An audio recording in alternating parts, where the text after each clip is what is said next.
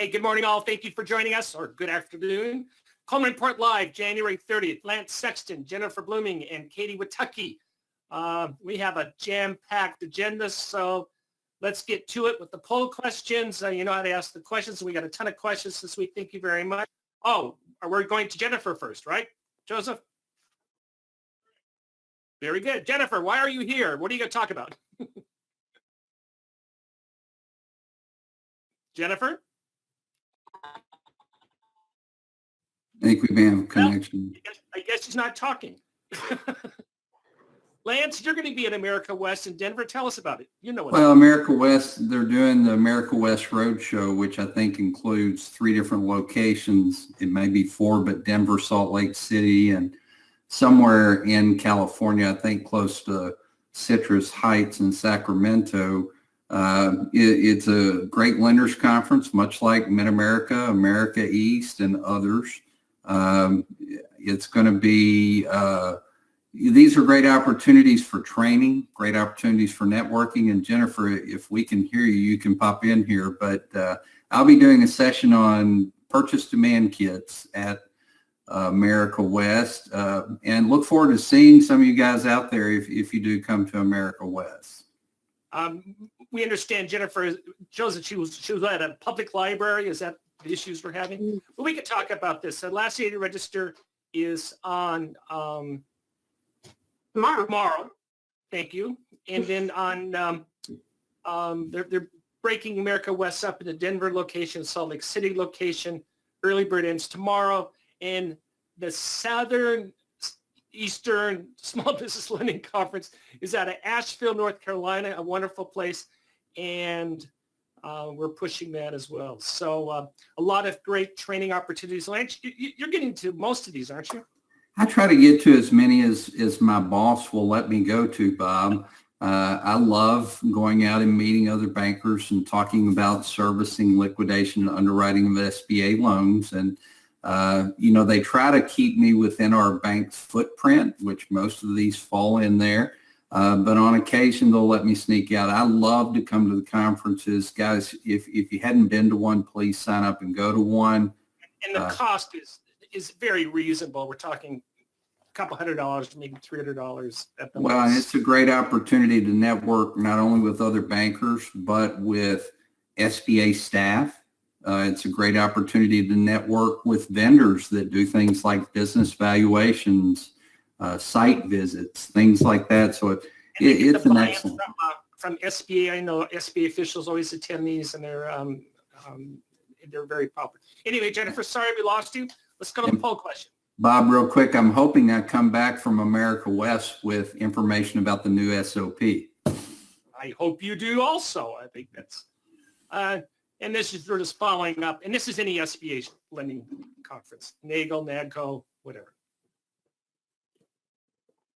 Bob, very good. I'm impressed. I'm glad to see that. Good. Go ahead. So we've got enough people that in this group that are attending, Bob. We could do our own lending conference. That's a great thing. And for those of you who are not signed up, please consider it. Talk to your SBA department manager. Bob, this as well as Coleman Report Live does meet the definition of training. It does. We got this question last week. We touched on it, and we said we'd do a poll question. Are you doing credit scored loans? My answer for my institution, Bob, is no. And give me a definition of a credit scored loan, Lance. Well, you put the loan into SBA system, and you get a credit score out of E-Tran, and if it meets, I think 140 is the minimum credit score, that takes the place of the financial analysis character. Now, you still have to do the same underwriting things, but you don't have to do as much financial analysis if you're doing credit score loans. Typically, they are done for smaller SBA loans. But Bob, one thing I've noticed nationwide, and there's a bank just up the street, or there's a bank in my state that do these credit score loans. They are doing tremendous numbers of units of SBA loans, the people who are doing credit scored loans. Very good. This also came in last week. Are you doing do you use E-Tran? I'm sorry, I misspoke. To use e-sign in SBA loan documentation. And we're not doing that yet at my institution, but I do see it around the corner. And you can accomplish this, guys, in SBA 1. Those of you who are using SBA 1, forms like the 1919, the 4506T, those can all be developed in SBA 1 and sent to the borrower for e-signature in SBA 1. And what do we got? All right. Just curious how we let sort of Bob, benchmark although e-signature is getting more and more popular, Bob, I'm not, banks are slowly accepting e-signatures. By the way, this just in from Jennifer, and maybe that's why she logged off. Per John Miller today, SBA should be out, the SOP should be out by the end of February. So they will be reviewing it in Salt Lake City. That was our guess the other day, wasn't it, Lance? That's awesome. Thank you, Jennifer. We've all anxiously been anticipating that. If you processed a 401k equity injection rollover loan or equity injection loan where we're doing a rollover into the business within the last 6 days, and how have you done it?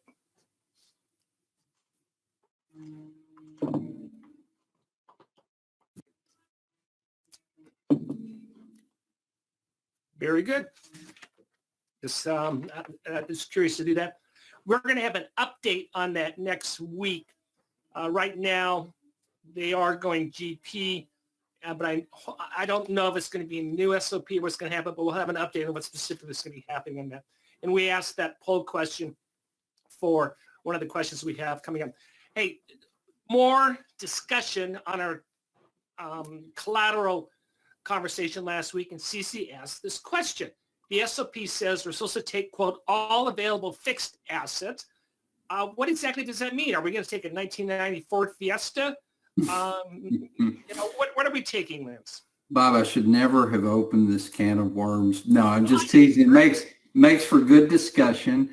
Guys, you got to use prudent lending sense. If you take an item as collateral and the cost to liquidate that item exceeds the possible recovery, which I think in the case of a 1990 Ford Fiesta, that would be very possible. I would not take the Ford Fiesta. I think, again, you have to use prudent lending sense.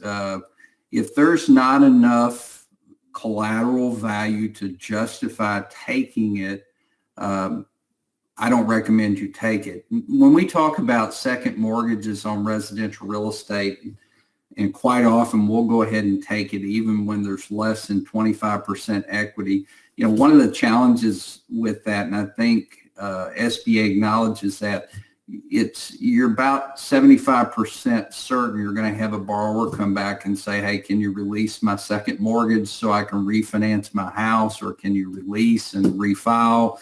So there are servicing issues. The other thing, again, you need to do a net recoverable, and I'm not suggesting this on everything because something like a Ford Fiesta is a slam dunk, don't take it. But you need to, if in doubt, do a net recoverable value. There needs to, after liquidation expenses and liquidation costs, needs to be enough value for you actually to make a recovery. There is no set in stone number, Bob, but I'm not sure I'd take anything that has less than a $5,000 net recoverable value. Lance, what do we do? We have a trucking company and they have 25 trucks. I've done a loan like that, Bob, and guess what? We took all 25 trucks, and when the loan shows up on my loan list lists the collateral. It's multi-page. If you've got a trucking company, and the trucks are the primary thing being acquired, again, collateral rule states if it's being acquired with the SBA loan proceeds, it must be collateral on the SBA loan. One other thing I want to throw in, Bob, and then I'll be quiet. On a debt refi, really important rule on a debt refi. If you're refinancing a debt, at a minimum, you must take all assets to secure the debt that is being refinanced. You can't change. It's got to have the same collateral. Very good. Ruthie asked the question, on licensing, and we, state of California, the buyer is not a licensed contractor, but you can't transfer these licenses, liquor stores as well. What do we do? Bob, in the case of acquiring a business where you have to be licensed, I think it has to be a closing condition because let's say you make the SBA loan, you disperse, and they don't end up getting the license. Basically, they're going to fail, and you're going to have a loan that's in liquidation. So I think if it's a business that requires a license, that has to be a closing condition. Now, it doesn't have to be a part necessarily of the underwriting process. They could be getting their license, but I think you need to have that license in place before closing. Well, we talked about this in our assisted living webinar a couple weeks ago, where we said you need to have an administrator who's a licensed according to whatever state and locality you are, and that is definitely a condition to the loan.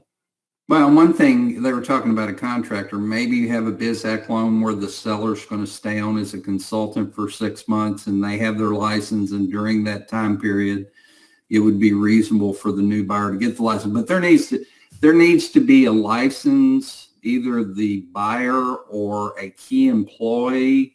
The license needs to be there before you close the loan. Michael asked an open-ended question, which is, if documentation is not defined, what would be prudent documentation and what is acceptable documentation to the SBA look like? I guess I'm curious as to what area, Michael, that we're talking about. If you could email and clarify the particular area of prudent documentation, I might be able to give you some specifics on what it would look like. Yeah, let's not speculate. I agree with that. Adam says, would a flag be raised on our lender Paris score when we reach a given number of loans with a component of either debt refinance, Biz Act, or leasehold improvements? Well, when you get in the lender portal and look at the Paris score, and I don't know if Michael was on the webinar yesterday, but if you'll go back and refer to your slide deck, that screen on the Paris score has the risk flags, and it gives you the percentages. And I don't know those off the top of my head, Bob. I do know on selling in the secondary market, it's 75%. But there are percentages where it becomes a red flag.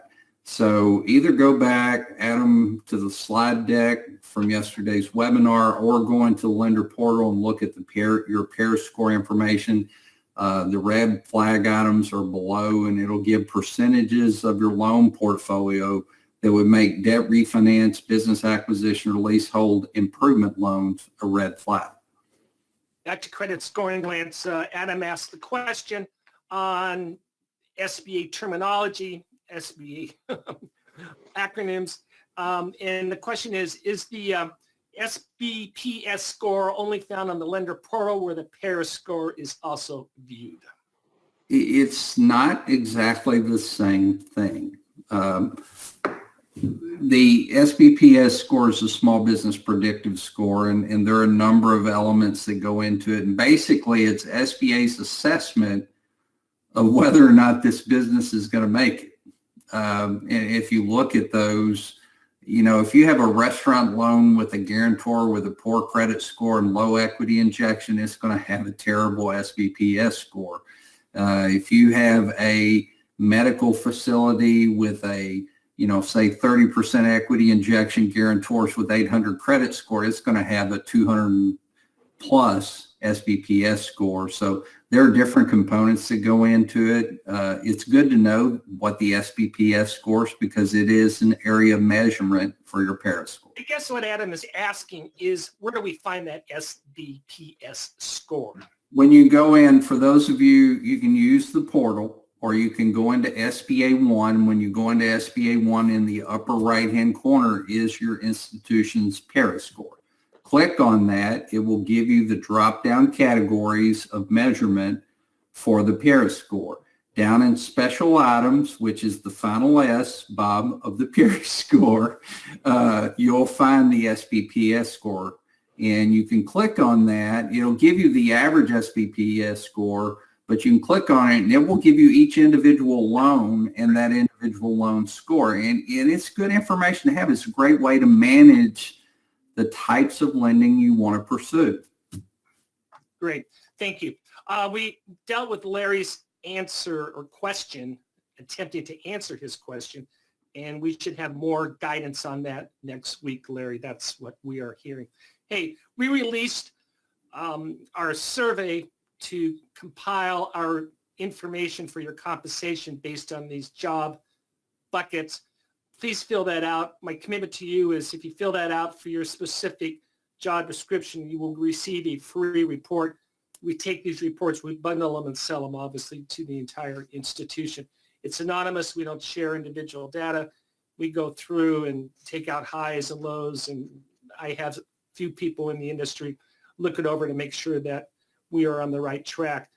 But that came out yesterday, and we already have 100 people who filled out their information. So please take advantage of that offer.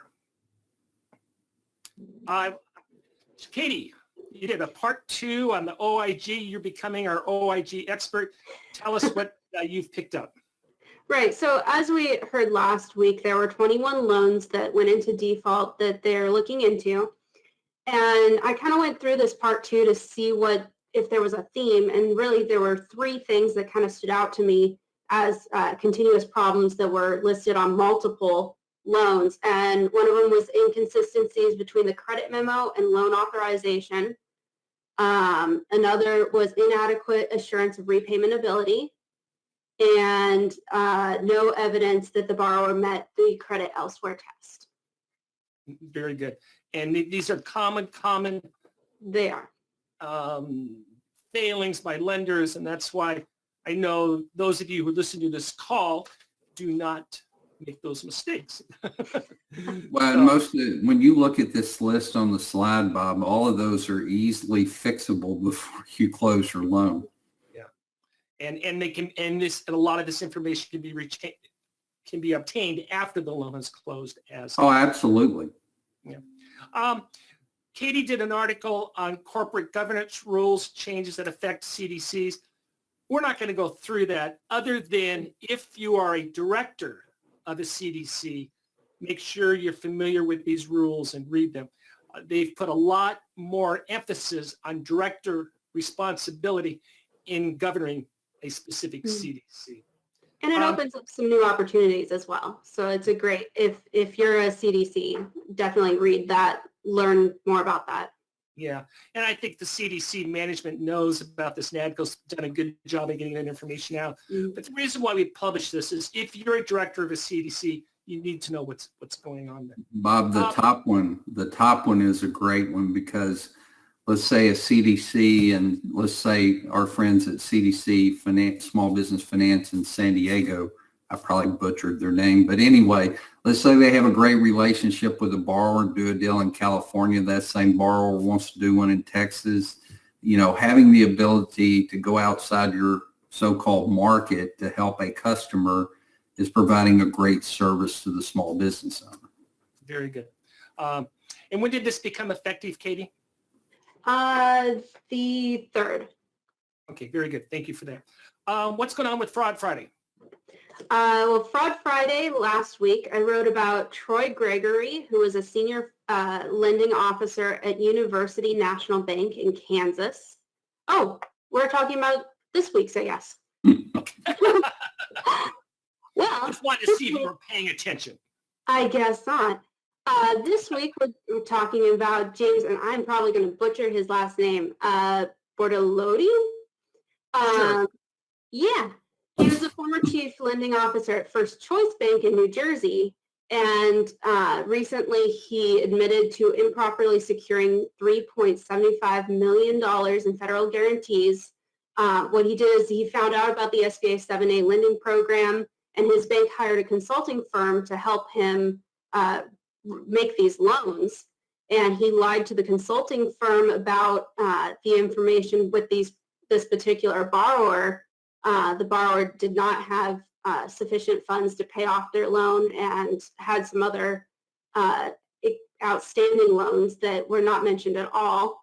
and he signed off on it, said that this loan was fine, and then he just recently admitted that he knew that. And there was another problem as well.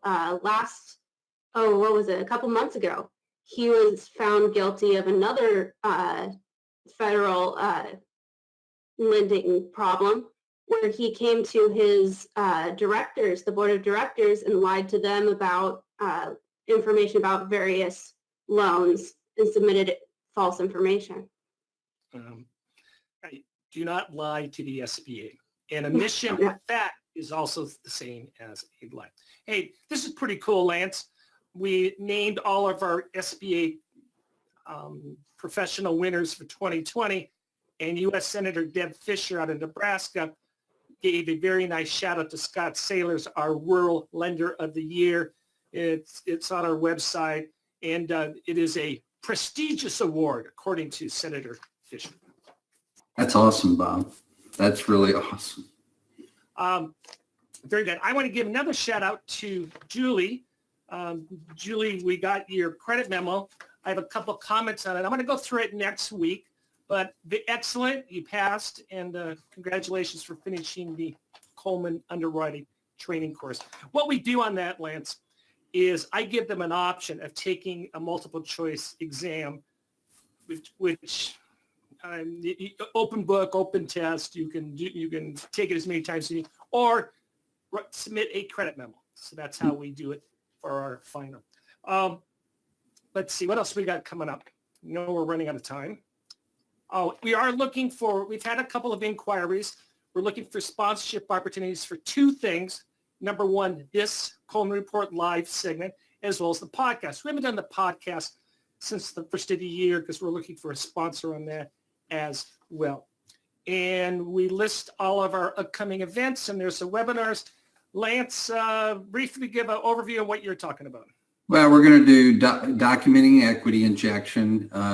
Documenting equity injection is a critical part of properly underwriting an SBA loan. And as Katie has found in her reviews of the OIG information, not properly documenting the equity injection pops up frequently in those OIG investigations of improper payments on SBA guarantees. So we're going to help you understand how to do it the right way. Very good. Just off collateral, and as well as underwriting construction loans. That's our annual. There's the recap of the events coming up. And with that, Ian, I got your question. It's a little long to it. I'm going to hold it over for next week and let Lance take a look at that as well. So I got that, but we'll make sure we include that. And with that, thank you all very much. Have a nice weekend. We'll talk to you. Lance, you going to be on next week, or you? I will not be on next week. I'll be in Denver presenting a session at America West. Okay, very good. So we will miss you. Enjoy Denver. Take a warm coat. Yeah. We'll see you in 2 weeks. Thanks a lot. Have a great weekend.